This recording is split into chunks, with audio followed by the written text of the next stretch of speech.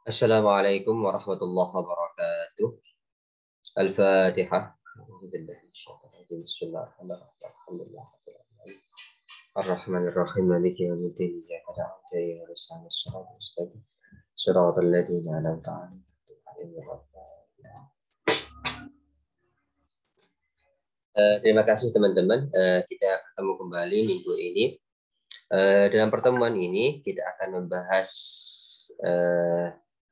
pembahasan ketiga, yakni ahkamul bunyan fi maqasidis syariah.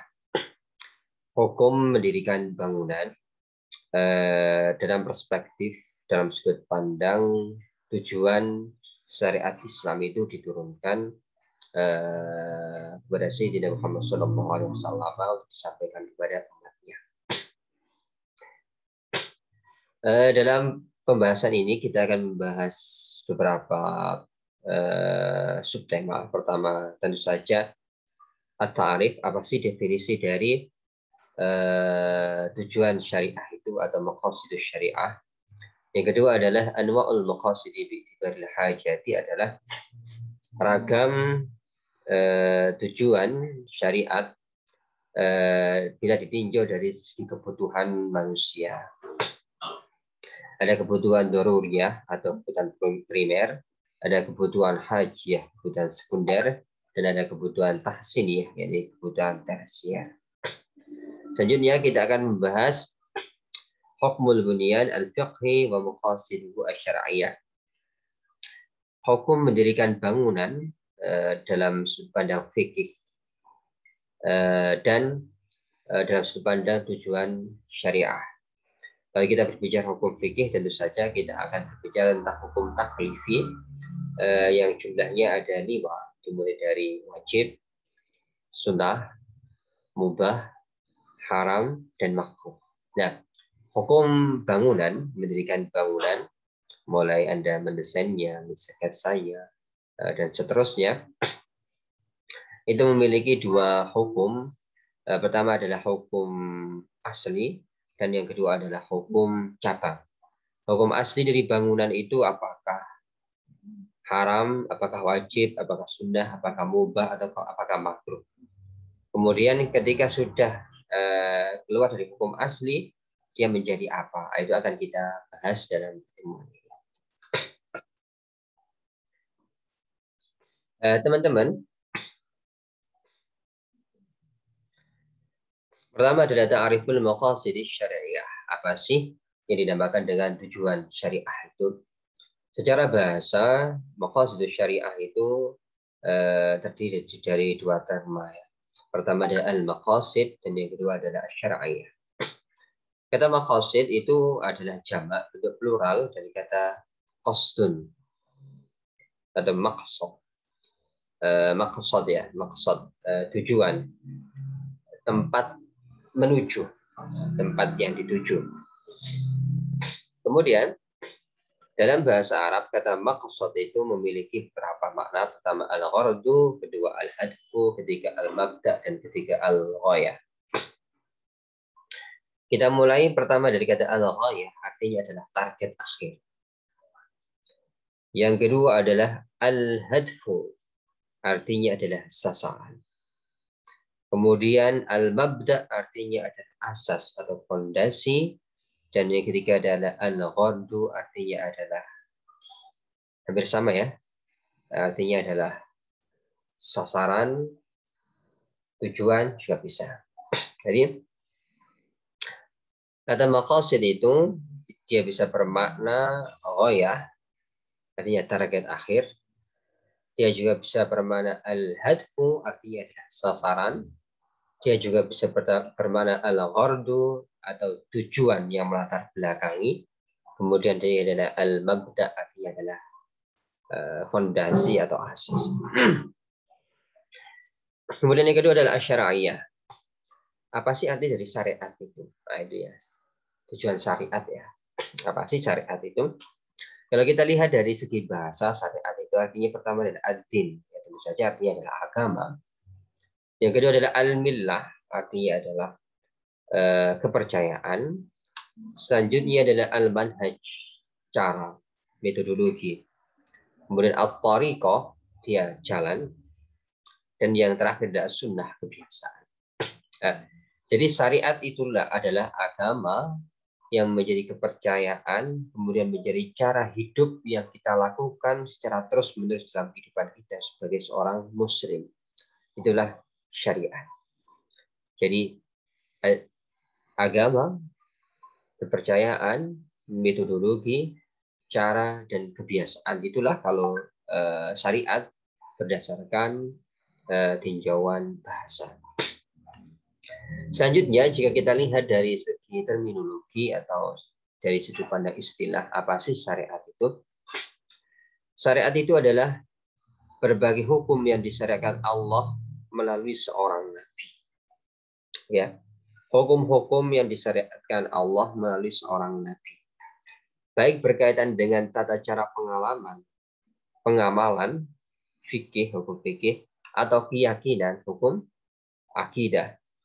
Yang pertama disebut dengan cabang dan hukum praktis, yakni bagaimana cara kita menyembah Allah, bagaimana cara kita sholat, bagaimana cara kita zakat, bagaimana cara kita haji, bagaimana cara kita berbisnis, bagaimana cara kita mendirikan bangunan, bagaimana cara kita menghias interior dan eksterior kita, bagaimana kita meletakkan utilitas kita, bagaimana kita memasang dan menghadapkan fasad rumah kita, bagaimana kita mengatur sirkulasi udara di rumah kita, batas tingginya. Nah, ini namanya adalah hukum yang bersifat cabang dan praktis. Kemudian yang kedua adalah disebut dengan hukum pokok atau hukum akidah. Bagaimana kita percaya kepada Allah, percaya kepada para malaikat, percaya kepada kitab-kitabnya, kepada para nabi, kepada hari akhir, kepada qadar dan qadar. Nah, ini adalah hukum yang bersifat keyakinan. Maka yang dimaksud dengan al-maqasid syar'iyah atau tujuan syariat, jika kita gabungkan dari sudut pandang bahasanya, baik al-maqasid atau asy-syar'iyah, kita jadikan satu menjadi maqasidus syariah, al-maqasidus syariah, maka artinya adalah al-ghayat wal hadaf wal aghrad min wara'il ahkam al-islamiyyah. Menurut Jasir Audah ya. Tujuan syariah adalah target akhir atau sasaran dan tujuan yang melatar belakang hukum Islam. Jadi setiap hukum Islam itu, baik dia yang bersifat apalagi yang dia bersifat pengamalan, yang bersifat hukum praktis, bersifat fikih ya, bersifat fikih. Tentu saja di dalamnya adalah fikih arsitektur dan berbagai hukum di dalam fikih arsitektur. Itu memiliki target, memiliki sasaran, dan kenapa sih hukum itu harus seperti itu. Nah, itu namanya adalah hukum syariah.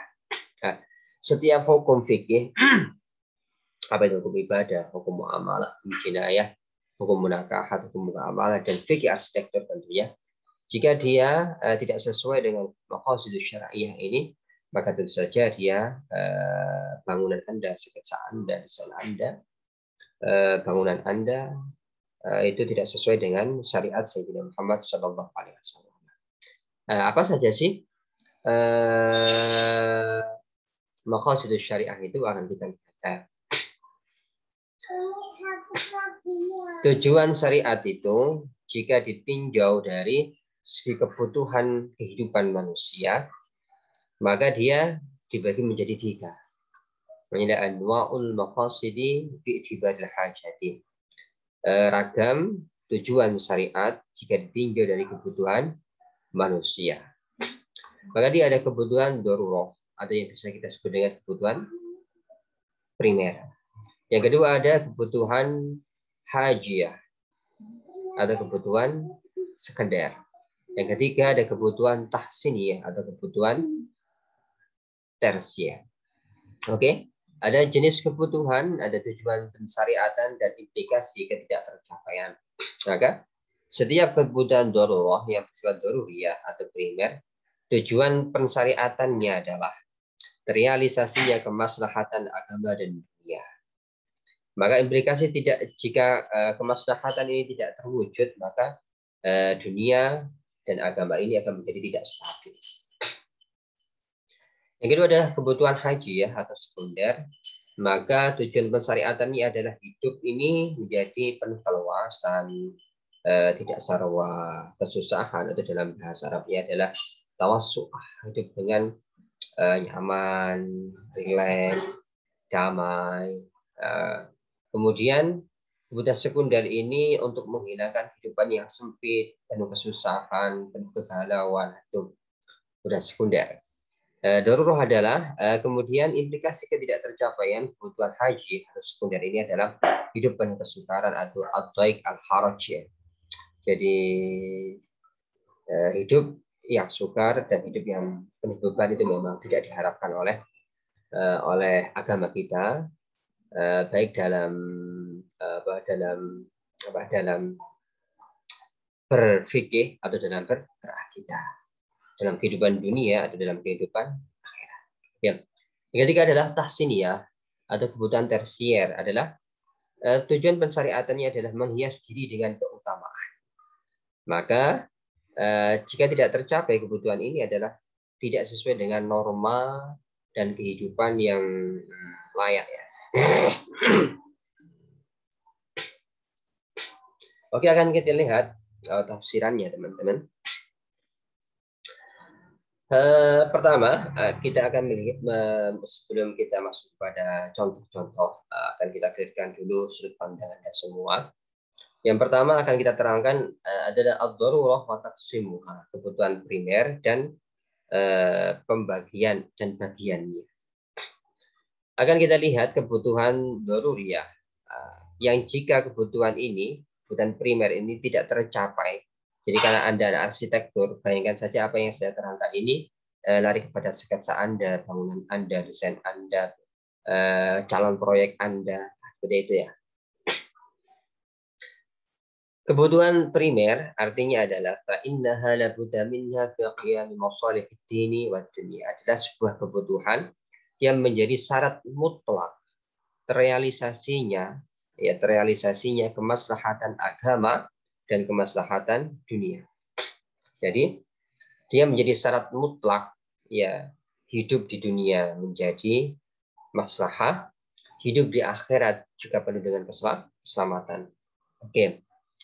Contohnya mulai Anda reka-reka dalam konteks bangunan, karena kita bahas fikih bangunan bukan fikih yang lain.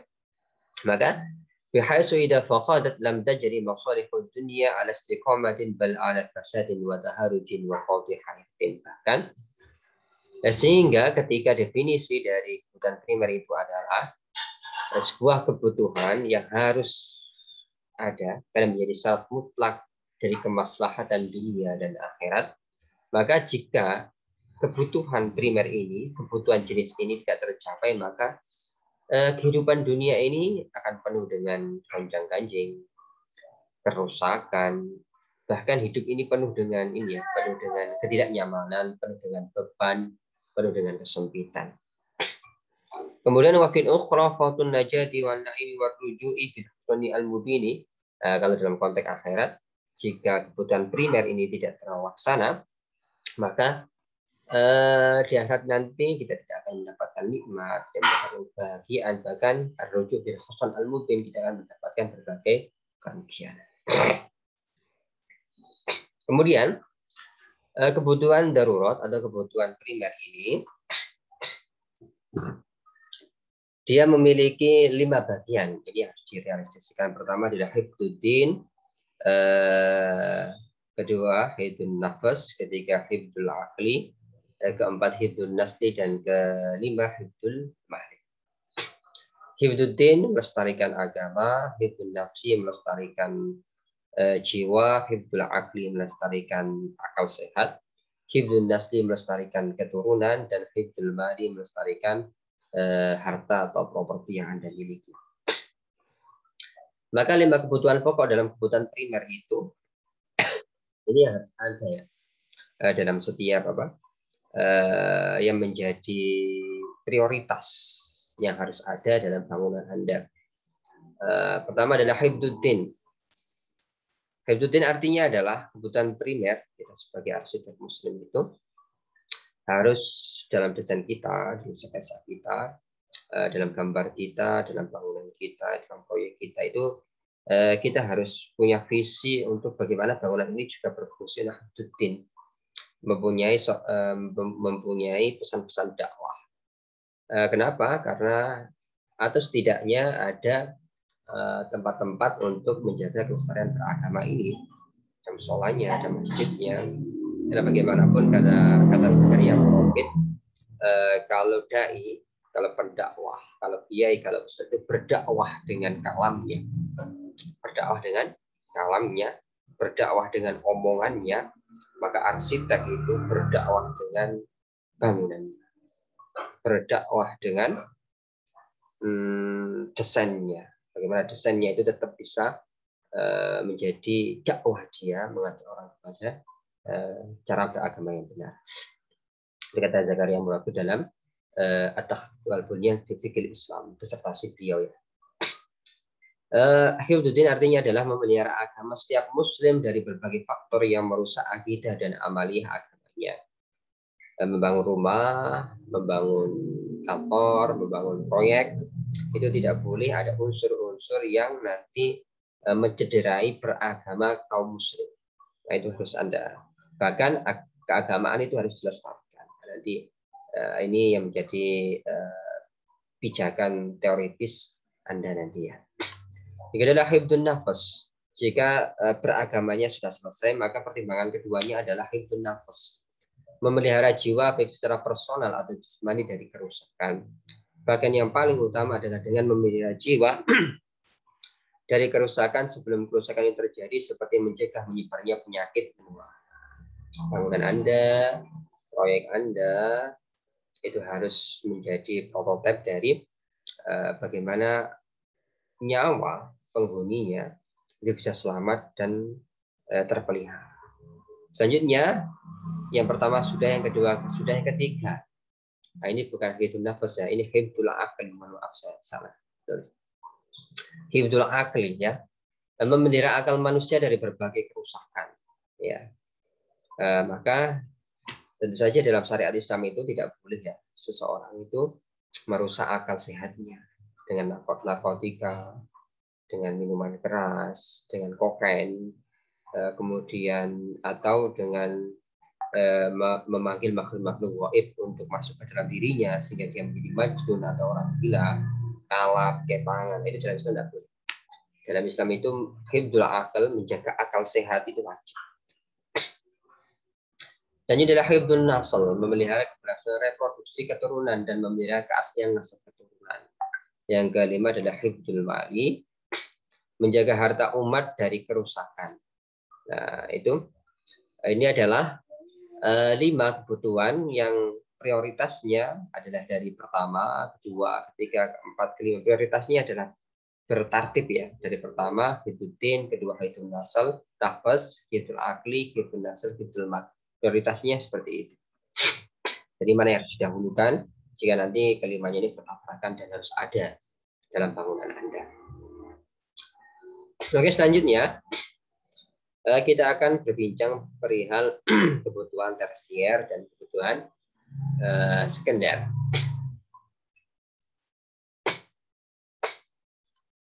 Kebutuhan primer sekunder adalah atau haji adalah setiap kebutuhan yang diperlukan untuk merealisasikan kehidupan yang sarwa kelonggaran dan hilangnya kesempitan yang umumnya berdampak pada kesusahan dan kesulitan sebab tidak tercapainya sesuatu yang dituntut.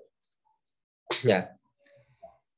Contoh dalam konteks adat adalah seperti diperbolehkannya berburu dan menikmati setiap perkara yang halal, baik dalam konteks makanan, minuman, pakaian, dan tempat tinggal. Sedangkan kebutuhan tersier adalah berhias diri dengan adat yang baik dan menjauhi setiap kondisi yang kotor yang dicemooh oleh akal sehat. Secara global, kebutuhan tipe ini masuk dalam kategori kemuliaan akhlak, sebab posisi kebutuhan ini adalah dalam koridor peningkatan kualitas dan berhias. Nah, ini adalah contoh aplikatifnya ya. Contoh aplikatifnya, silakan dilihat. Jadi tadi jika disebutkan kebutuhan tujuan syariat, ya. Tujuan syariat jika ditinjau dari kebutuhan manusia itu ada 3, ada yang daruriyah primer, ada hajiyah sekunder, ada tahsiniyah tersier. Maka contohnya seperti ini. Ya. Contohnya seperti ini. Nah, ini menurut Khalid Azab dalam bukunya Adbibul Umron, fikih perkotaan ini.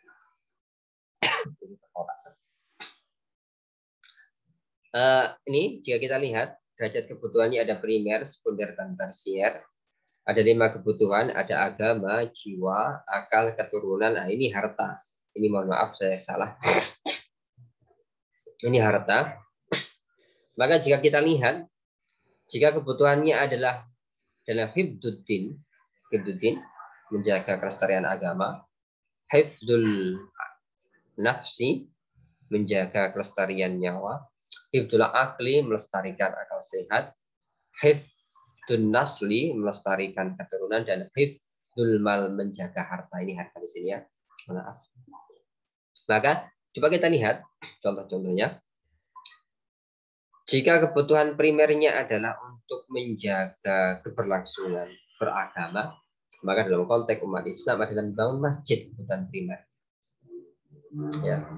Kemudian jika masjidnya sudah berdiri, maka masjid ini kebutuhan sekundernya adalah adanya cahaya. Dan tentu saja menara itu masuk kepada kebutuhan tersier. Maka rumah itu adalah untuk menjaga hifdun nafas, menjaga keberlangsungan jiwa. Madrasah, kemudian sekolah, kampus itu adalah untuk menjaga akal. Kemudian klinik kesehatan itu untuk keturunan, dan bank untuk menjaga properti dan kepemilikan harta kita. Lebih jelasnya adalah akan kita lihat dalam konteks masjid ya. Kebutuhan primer sebuah masjid itu adalah jidarul kiblat, tentu saja adalah dinding kiblat. Dinding kiblat itu adalah ini nanti akan kita bahas di pertemuan keberapa ya tentang masjid itu. Kalau nggak salah ke 11 dan 12 ya. 11 dan 12 itu kita akan bahas tentang masjid 11 12 dua pertemuan, karena memang fikih masjid itu sangat urgen ya. Dinding kiblat itu jika Anda nanti bangun masjid, maka Anda sholat, kemudian dinding yang Anda hadap namanya adalah dinding kiblat. Itu adalah kebutuhan primer, harus ada dalam bangunan masjid. Kemudian ada qa'atus sholat, ruang sholat. Nah, kalau Anda bayangkan mastar harbiyah itu, setiap masjid itu punya 3 ruangan yang harus Anda pahami hukumnya. Tentu saja nanti akan kita bahas pertemuan ke-11 dan 12 ya. Atau 12-13. Nanti sekarang dilihat di RPS-nya. Qa'atus sholah itu adalah, kalau Anda lihat mastar itu dia punya qa'atus sholah. Dia punya ruhbatul masjid. Dia juga punya harimul masjid. Ya. Haramul masjid. Ya. Jadi tempat sholat itu adalah kalau yang dikelilingi kaca, kaca itu dalam mastar itu, jika Anda duduk di situ dan Anda niat iktikaf, maka Anda boleh iktikaf dan boleh sholat tahiyatul masjid secara kemufakatan para ulama fikih, baik di mazhab Syafi'i, Hanafi, Maliki, Hambali. Anda boleh iktikaf dan tahiyatul masjid di dalam ruang kaca itu. Kemudian di luar ruang kaca yang ada kiri kanannya dan depannya yang ada jidornya itu namanya adalah serambi atau ruhbatul masjid. Hukumnya bagaimana sholat tahiyatul masjid di situ, iktikaf di situ, nya debatable. Tapi bagi mazhab Syafi'i dengan dalil al-harim ya. Al-harimu la hukmul al-harimu la hukmu ma huwa harimullah. Maka boleh iktikaf dan tahiyatul masjid di serambi masjid. Yang ketiga adalah haramul masjid. Itu adalah bagian tanah masjid yang dikhususkan untuk mungkin tempat sandal yang najis, kemudian WC, kemudian tempat wudhu, sebagaimana yang ada di itu. Yang tersier, yang sekunder, yang daruriyah itu adalah yang qa'atus sholat. tempat sholat itu ya, di dalam kaca. Selanjutnya adalah mihrab. Mihrab itu dari kata haroba, perang. Kalau dalam fikih arsitek, mihrab itu adalah bagian yang ditempati imam dan menjorok ke belakang, menjorok masuk dari dinding masjid. Bagaimana nanti penempatan mihrab dan mimbar itu akan kita bahas dalam fikih pembangunan masjid nanti. Bagaimana agar bangunan masjid Anda, desain Anda, peletakan mihrabnya, peletakan mimbarnya tidak menyalahi fikih. Ya. Yang ketiga adalah mimbar. Mimbar. Bagaimana peletakan mimbar, bagaimana pembangunan mimbar, bagaimana desain mimbar agar sesuai dengan sunnah dan fikih arsitektur. Selanjutnya adalah jika konteksnya adalah masjid, jika butuhnya adalah haji, ya, butuhnya adalah sekunder, maka al-maqsuro, tempat khusus di dalam masjid, mungkin khusus ini ya, tempat khusus untuk apa? Jamaah putri. Nah, ini namanya maqsuro. Tempat khusus untuk fungsi tertentu, namanya maksud. Kedua adalah midha'ah, tempat wudhu. Nah, itu sunnah juga ada. Dia haji ya. Mi'danah, tempat adan. Kemudian yang masuk dalam konteks tersier, kebutuhan tersier itu adalah atas sini ya, adalah menara sekarang ya. Kemudian kubatul masjid, kubah itu juga tersier. Jadi tidak harus ada kubah ya, ada kebutuhan tersier. Kemudian zukhrufatul masjid, menghias masjid, entah interiornya, entah eksteriornya, entah lantainya, entah dindingnya. Nah, itu zukhrufatul masjid itu ada termasuk tahsiniyat.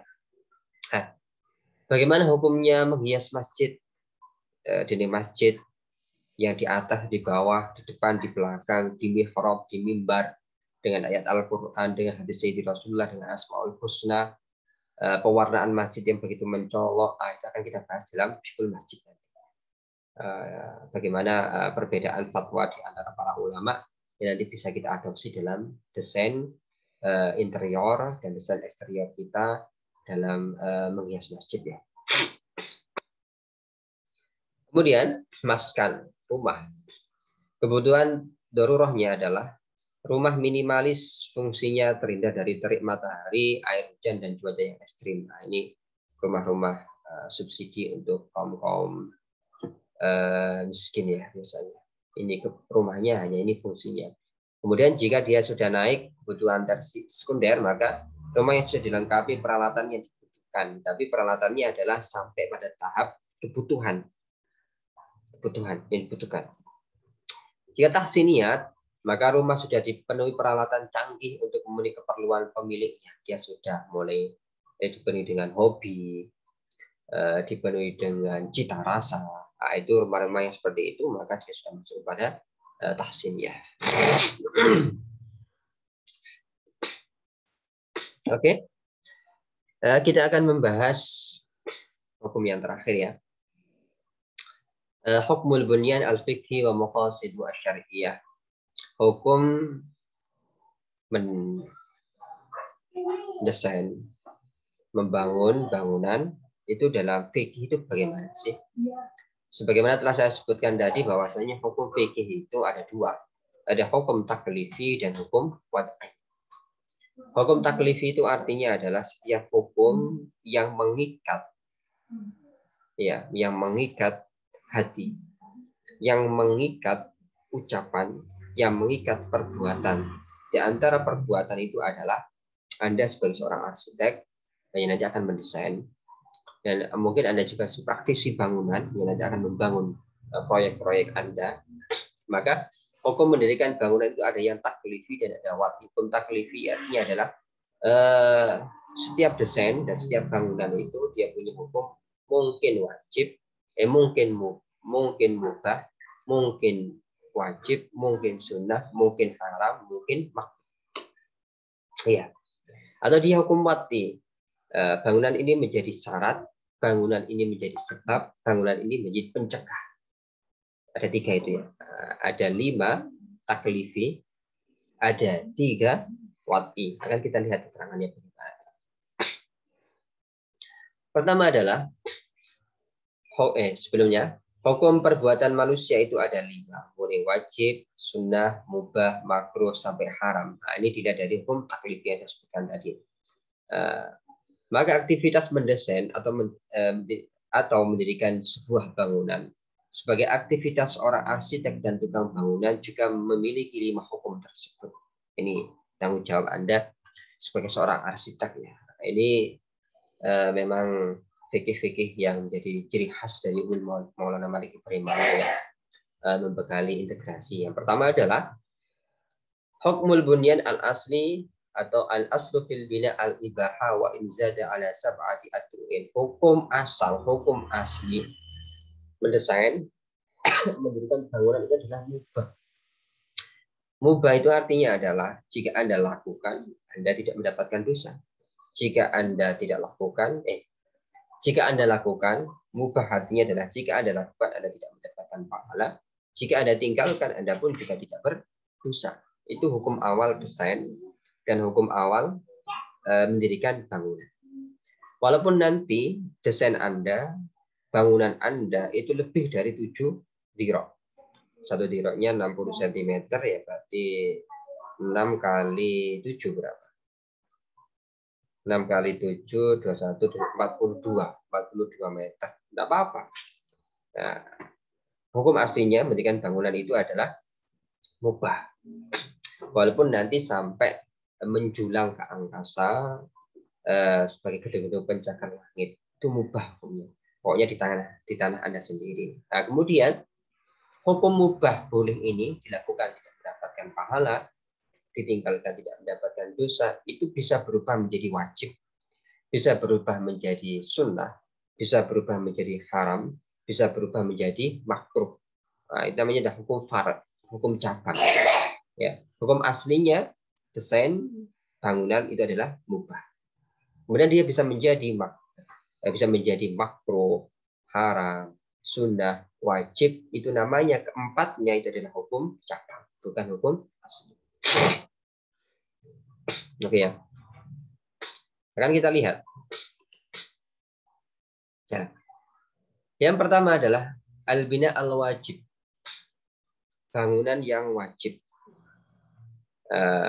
adalah ma tawaqqafat alaihi maslahatun daruriyatun aw hajiyatun. Bangunan yang wajib itu adalah, jadi jika Anda membangunnya, maka mulai Anda mendesainnya sampai nanti Anda membangunnya, Anda jaga niat Anda, maka Anda pun akan mendapatkan pahala. Jadi nilainya tidak murni dia adalah materi. Tapi ketika Anda membangun bangunan ini, Anda pun dinilai sebagai melakukan ibadah di hadapan Tuhan Anda. Pembangunan yang wajib atau bangunan yang wajib adalah setiap pembangunan yang menjadi syarat mutlak, ya, terrealisasinya kemaslahatan sekunder, kemaslahatan primer dan kemaslahatan sekunder. Oke, contohnya, jika di suatu daerah itu butuh masjid, karena tidak ada masjid di sana. Oke, butuh pembangunan masjid untuk sholat jamaah, untuk sholat Jumat, dan memang belum ada masjid, maka masjid pertama ini dia dibangun, mulai Anda mendesainnya, mendirikannya, ini adalah wajib. Karena tanpa adanya masjid, maka tidak mungkin ada sholat Jumat. Yang kedua mungkin adalah rumah sakit. Nah, masjid ini untuk hifduddin ya, menjaga keberlangsungan agama. Kemudian ada hifdul nafs, menjaga jiwa. Nah, menjaga jiwa. Ada rumah-rumah Anda, ada rumah-rumah yang dibangun untuk yang pertama kali untuk melindungi kehidupan. Ya, itu Yang selanjutnya adalah rumah sakit untuk menjaga nyawa juga. Sebuah daerah tidak ada rumah sakit, banyak penyakit di sana, baik yang menular tidak menular, maka pembangunan rumah sakit di sana hukumnya adalah wajib. Ya, untuk menjaga hifdun nafas, juga untuk menjaga hifdun nasal, menjaga melestarikan jiwa dan melestarikan keturunan. Selanjutnya adalah hifdul akal, menjaga kelestarian akal sehat. Nah, di sini ada pembangunan Uin Maulana Malik Ibrahim pembangunan madrasah, pembangunan TPG, pembangunan lembaga-lembaga pendidikan. Nah, itu kalau dia menjadi syarat mutlak, artinya di daerah itu hanya ada, belum ada, dan Anda diminta untuk mendesainnya dan membangunnya, maka ketahuilah bangunan ini punya adalah wajib. Maka Anda mendesain, Anda pun mendapatkan pahala wajib. Ya, ketika Anda menolaknya, karena ini menjadi syarat mutlak dari sebuah kemaslahatan yang bersifat daruriyah, maka Anda pun juga berdosa. Nah, mungkin pembangunan bank untuk menjaga properti. Selanjutnya adalah al-bina al-muharram. Pembangunan yang haram. Ini saya ambil dari buku Fikih Kuwait ya, Fikih Kuwait. Tapi nanti bisa dibaca di buku saya. Pembangunan yang haram adalah setiap pembangunan yang secara umum mengandung bahaya. Darurah ya, pertemuan kedua kemarin. Diniatkan untuk melahirkan suatu bahaya. Ya, pembangunan yang umumnya mengandung bahaya. Entah Anda niati atau tidak. Kalau bangunan Anda, desain Anda membahayakan orang lain, lingkungan, maka itu hukumnya haram. Nah, sebentar. Saya harus pindah karena baterainya harus pindah cas.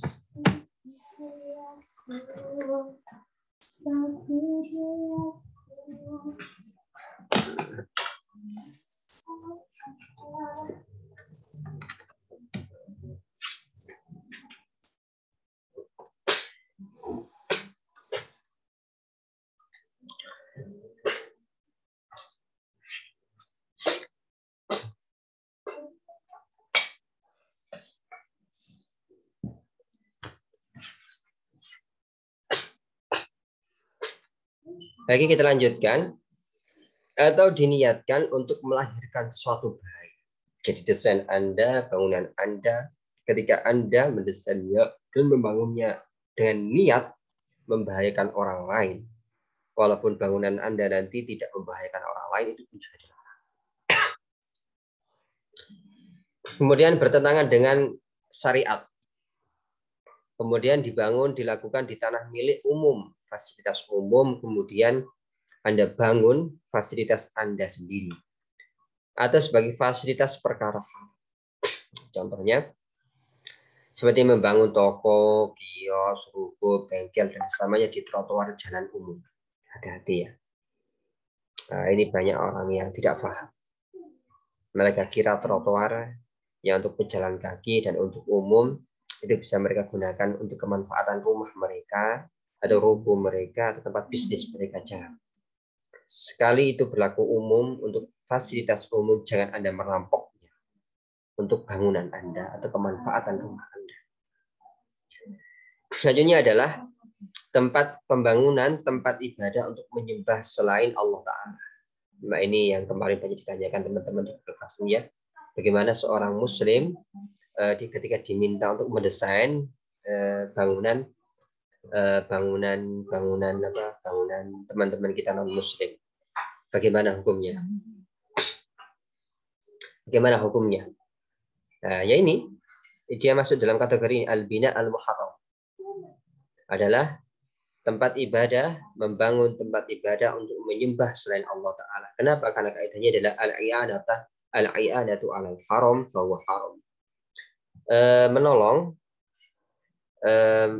Menolong perbuatan yang haram, hukumnya juga haram. Karena wa ta'awanu 'alal birri wat taqwa wa la ta'awanu 'alal itsmi wal 'udwan. Tolong menolong itu dalam konteks kebaikan dan ketakwaan, bukan dalam konteks permusuhan dan perbuatan dosa.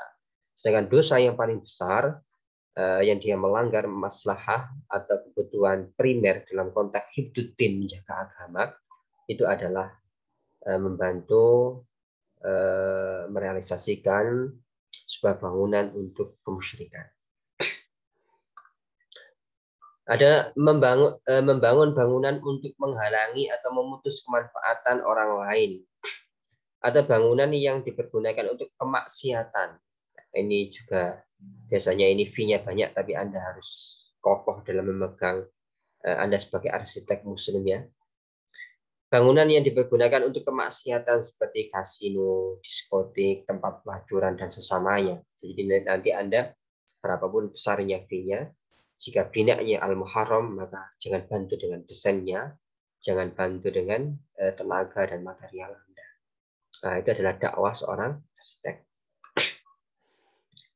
Oke, selanjutnya ini yang terakhir.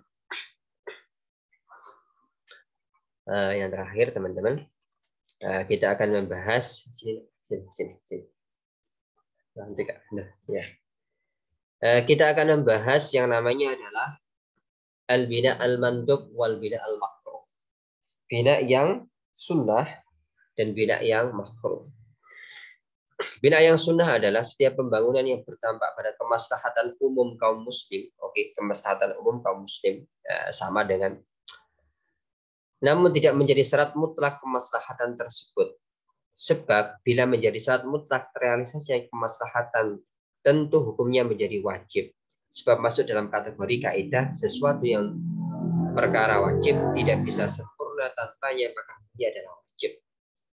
Jadi jika di suatu daerah itu sudah cukup dengan satu rumah sakit, cukup dengan satu kampus Islam, sudah cukup dengan satu masjid, cukup dengan satu rumah sakit, masjid untuk menjaga terrealisasinya hifduddin, rumah sakit untuk hifdun nafs wa hifdun nasl, kemudian kampus sekolah untuk menjaga hifdul akal, kemudian tempat-tempat peminjaman keuangan untuk hifdul mal, itu sudah ada dan cukup. Ya, maka bangunan yang pertama hukumnya adalah wajib. Dan bangunan yang kedua, ketiga, keempat, nah, itu hukumnya adalah sunnah. Oke. Kemudian yang ketiga adalah al-bina, yang terakhir adalah al-bina al-makruh, pembangunan yang makruh. Ya, tentu saja mulai desain dan seterusnya adalah setiap pembangunan meninggikan bangunan atau hiasan bangunan yang dilakukan tanpa dasar kebutuhan. Oke. Alasannya mengandung unsur mubadir, menghamburkan harta, menghamburkan tanah, dan saja material bangunan tanpa faedah. Jika bangunan Anda masuk dalam kategori yang terakhir ini, maka dia masuk dalam kategori al-bina'ul makruh, pembangunan yang makruh. Siapa yang tahu? Anda sendiri yang tahu. Ya, terima kasih teman-teman. Itu yang bisa saya sampaikan dalam kesempatan pagi hari ini. Mohon maaf. Terima kasih. Assalamualaikum warahmatullahi wabarakatuh.